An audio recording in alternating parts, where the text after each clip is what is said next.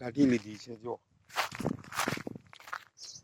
આ મગફળી આખા ખેતરમાં નીકાળી લીધી છે. પાથરાએ પડી છે મગફળી. આખા ખેતરમાં મગફળી નીકાળી લીધી છે.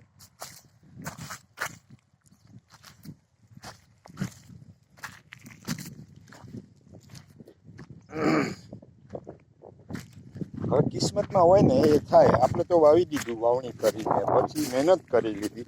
આપણા નસીબમાં જે હશે ને તે થશે. કિસ્મતથી કોઈ મોટું નથી. એટલું માની તમે રહેશો કે જિંદગીમાં સુખી થશો. કિસ્મતમાં જે હોય એ મળે. તમે મહેનત કરો પછી તમારા નસીબમાં હોય થાય. કિસ્મતથી કોઈ મોટું નથી. એ વાત ઉપર અમે ખેતી કરી રહ્યા છીએ કે ભાઈ આપણા કિસ્મતમાં ખેતી હશે તો ખેતી કરવી. કિસ્મતથી કોઈ મોટું છે નહીં. આમાં શું છે, મગફળીમાં અમુક જગ્યાએ ખાલ છે ને અમુક જગ્યાએ નથી.